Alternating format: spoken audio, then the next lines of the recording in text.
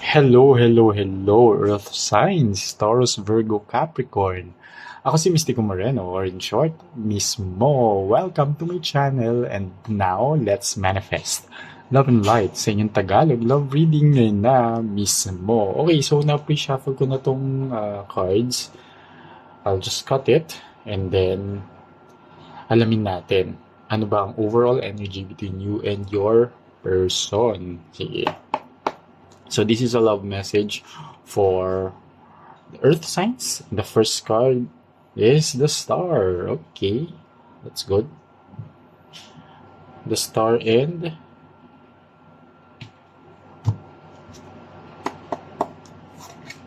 seven of wands.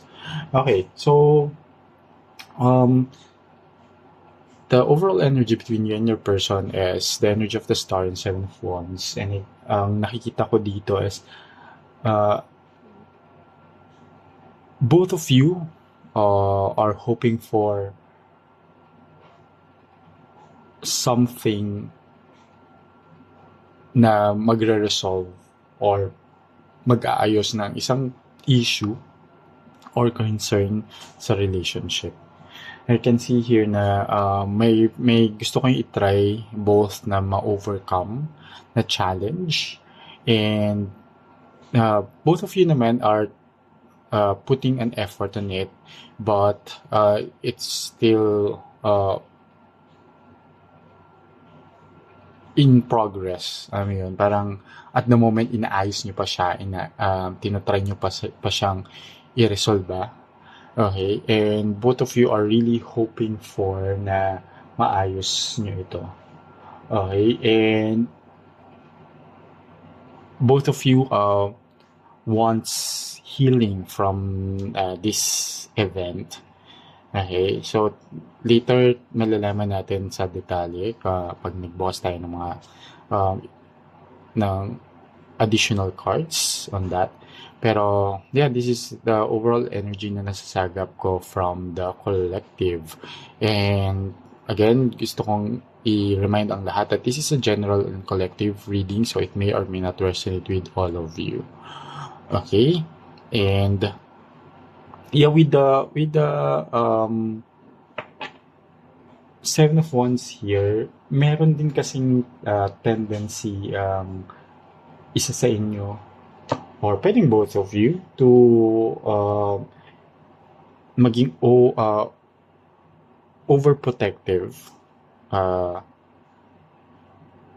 Kuwari kayo, pwede kayong maging overprotective sa person ninyo, pwede yung person ninyo maging overprotective sa inyo, na lumalabas siya or nagmamanifest siya in an action na na nasa maling paraan. Like, yung pagiging overprotective, pwede mag-manifest siya into jealousy, or pwede rin mag-manifest siya sa, ano yun, yung wala na kayong space. Okay, para you felt na bakod na bakod kayo. Okay, may ganong energy, and here may dumating na conflict. And I think that's the root cause din, yung paging overprotective ninyo sa isa't isa or ng isa sa inyo towards the other. And it resulted to an issue, a conflict, an argument na both of you naman wants to resolve ay magkaayos. Possible na for some of you may no contact situation, for some of you needed some space muna. Okay, pero you're working on this. So, yeah, tignan natin ano ba yung detalye ng overall energy na to. So, using this deck, I'll pull cards para malaman kung anong nararamdaman nyo ngayon, bakit, at anong balak niyong gawin about it with regards to this overall energy. Three of Coins. Okay. Three of Cups. Oh, 3-3. and the Empress, which is number 3 as well. Maybe number 3 is significant number sa inyo.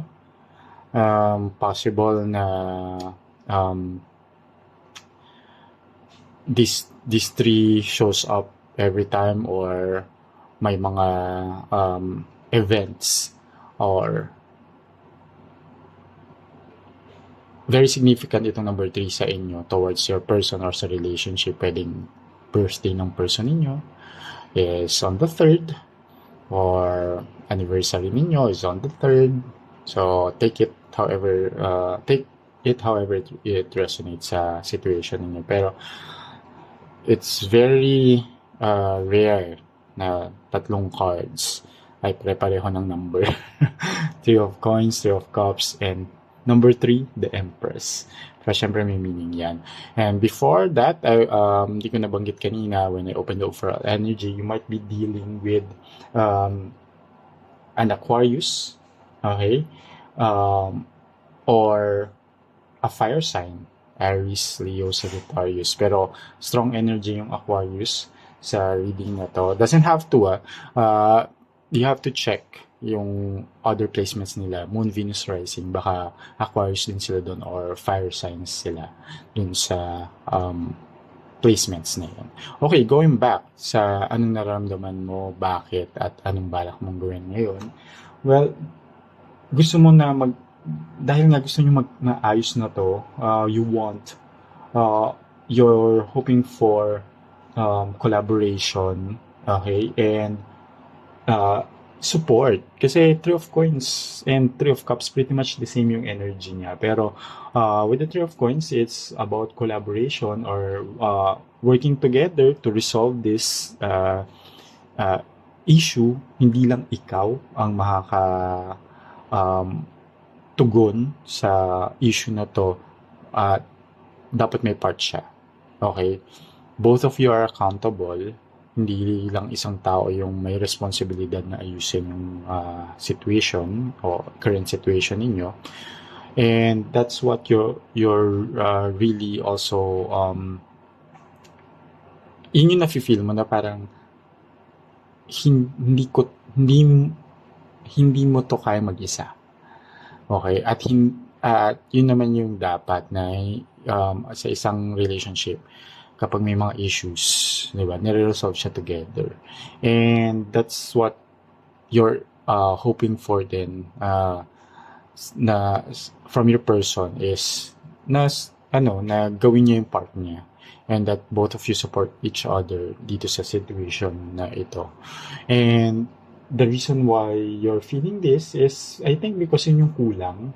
Kaya din nagkakaroon ng mga ganitong situation. Kaya din may, sabi ko kanina, for some of you, may person na overprotective na nagmamanifest into unhealthy behavior, like too much jealousy or too much control sa relationship. And kaya mo nga din na feel to kasi parang yun yung kulang. Kulang kayo sa support. Saka, alam niyo yun, parang you treat each other na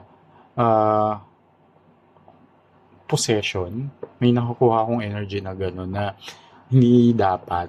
Kasi sa relationship, dapat you both treat each other as experiences na you don't take, parang tinitreat yung isang tao na, ay, bagay siya, I possess that, kaya I must have control over it.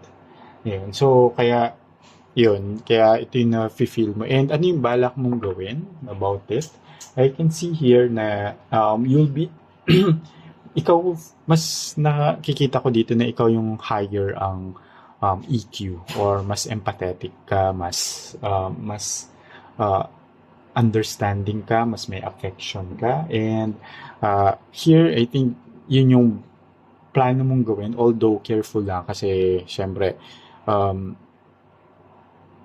again, okay lang maging okay lang na intindihin mo ang tao, pero dapat na-reciprocate siya, 'di ba? Dapat iniintindi ka rin niya.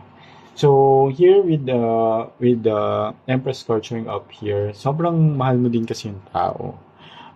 You care a lot for him or her.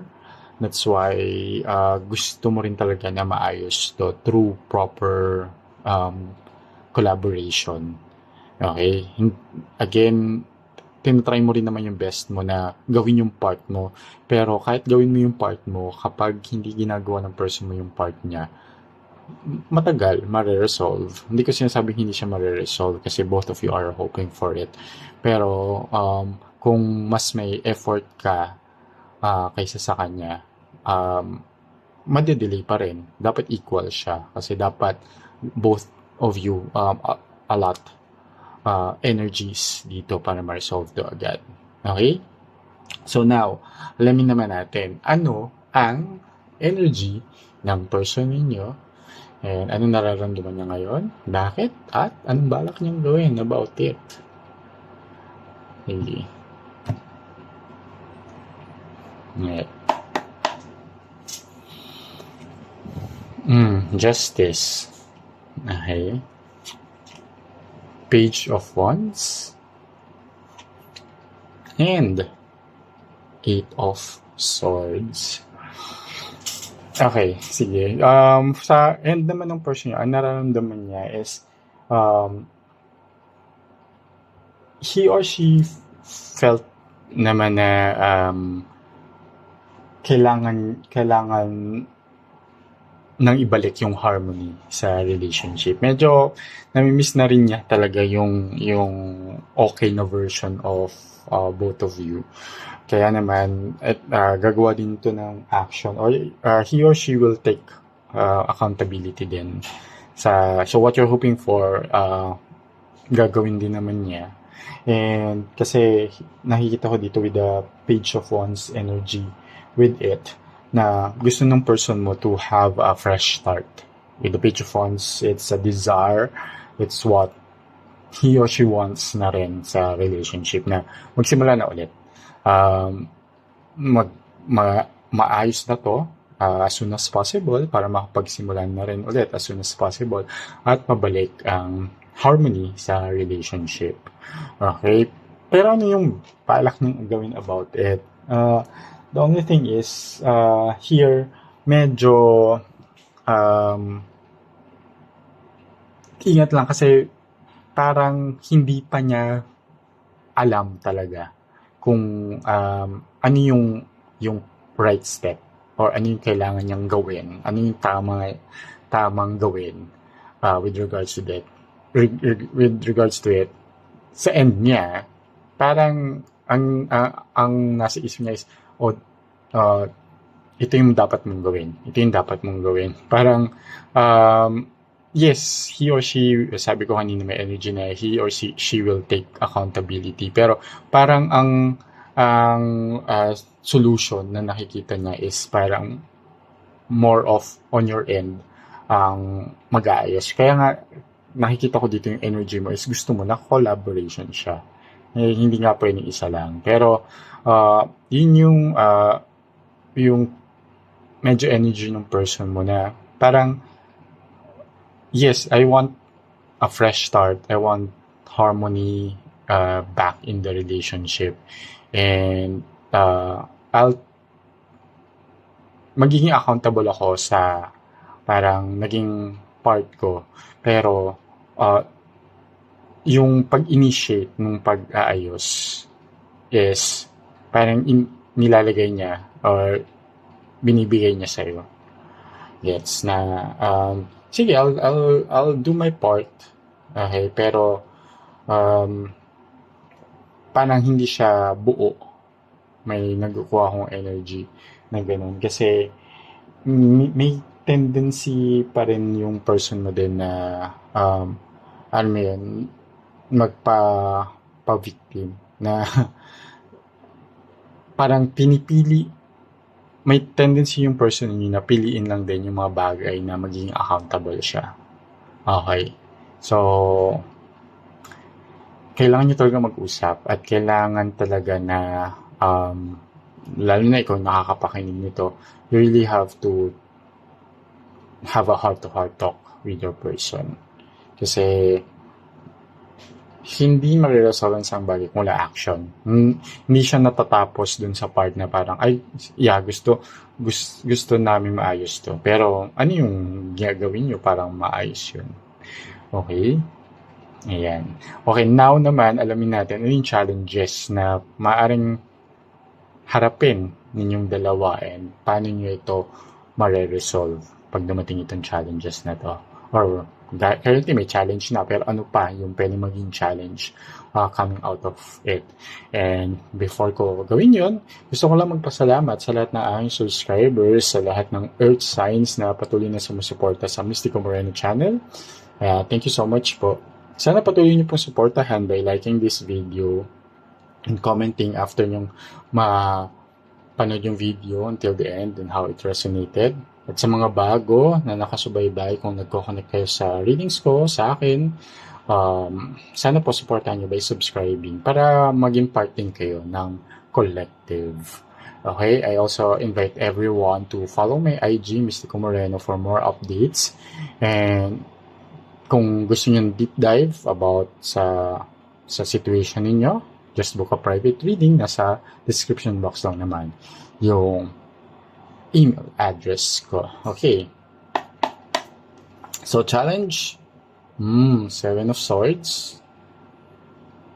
And 4 of Pentacles.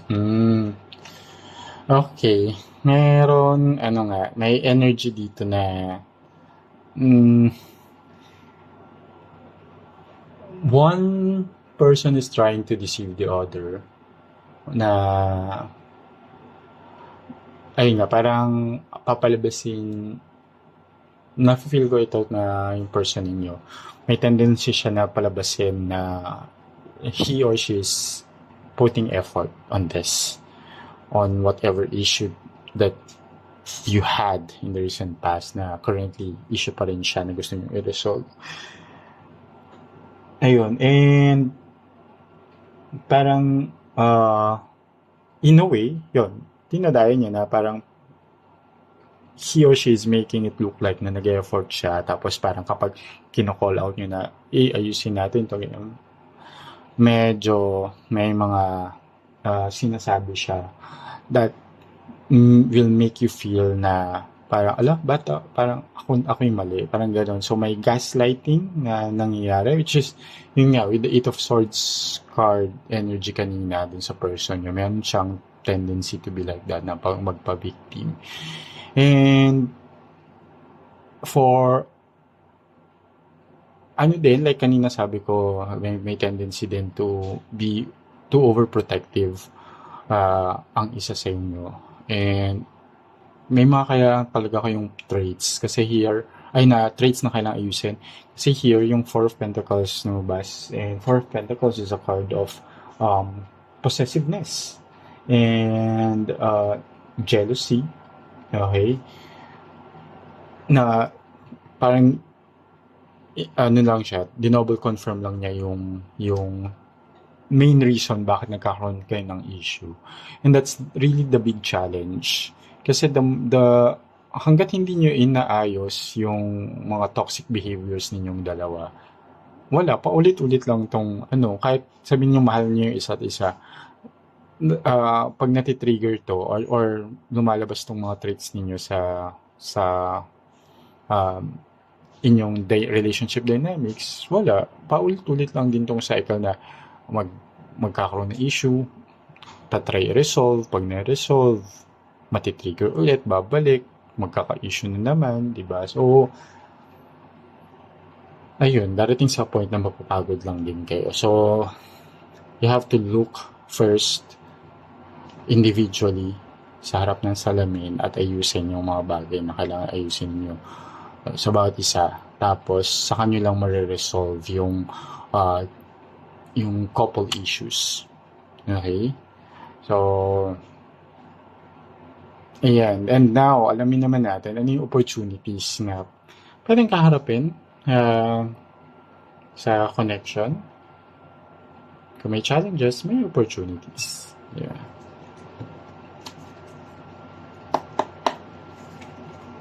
The High Priestess.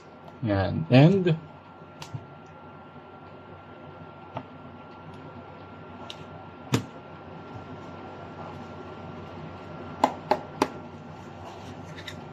Page of Cups.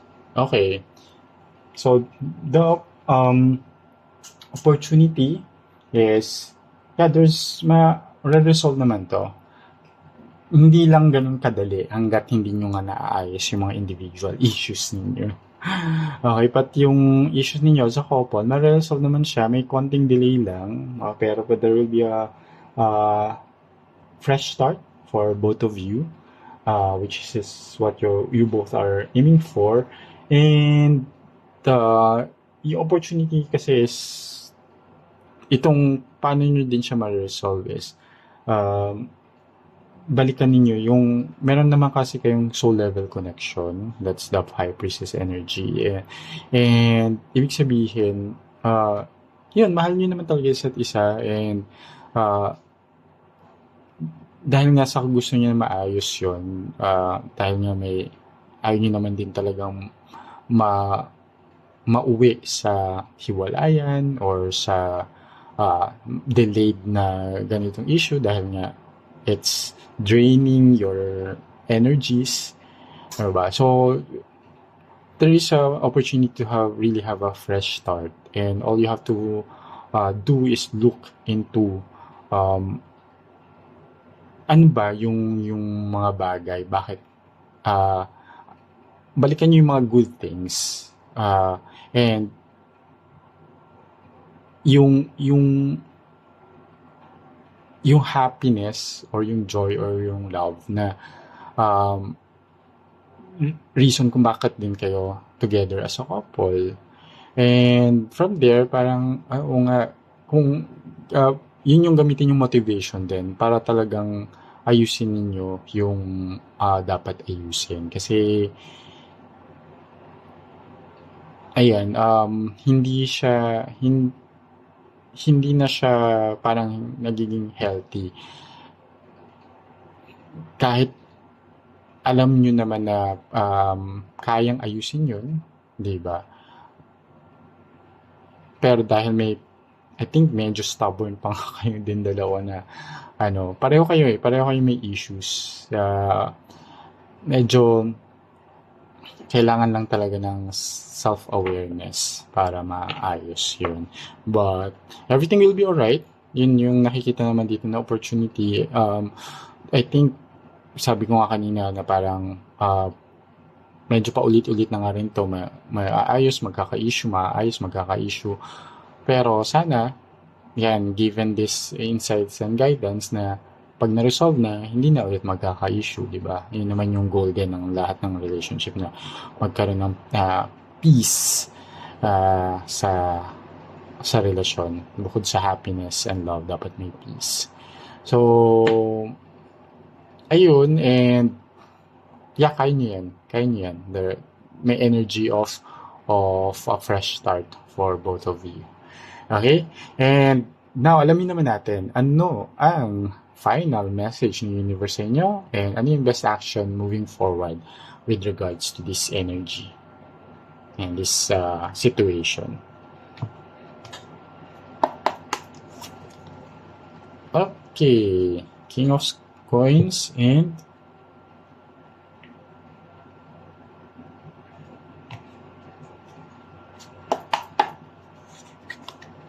Two of Cups. Okay. So, ang final message ni universe sa inyo with there's this connection will grow and will lead to an abundant, happy relationship. Okay, with the King of Coins here and the Two of Cups. Kung pipiliin nyo ang magde-decide kayo na ayusin muna yung mga issues ninyo. Kasi doon nagsisimula yun yung sarili natin unhealed. Nakita ko dito that both of you here have wounds na unhealed pa na every time natitrigger, nabubuksan yung wounds na yun.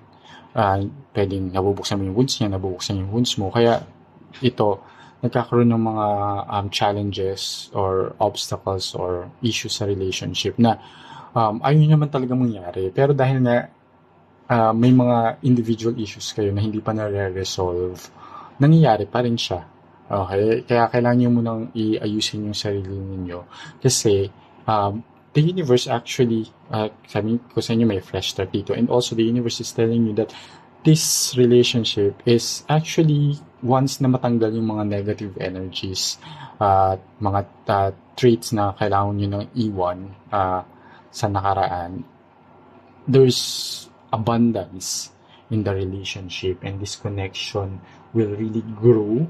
Okay, and all you have to do is take action, because the King of Coins energy is also an energy of action. Okay, and Two of Cups is card of relationship and connection. Okay, so sana nakatulong itong reading na to. Always use my reading with discernment. Okay, sana nabigyan ko kayo ng guidance and insight with regards to your current situation. Alright?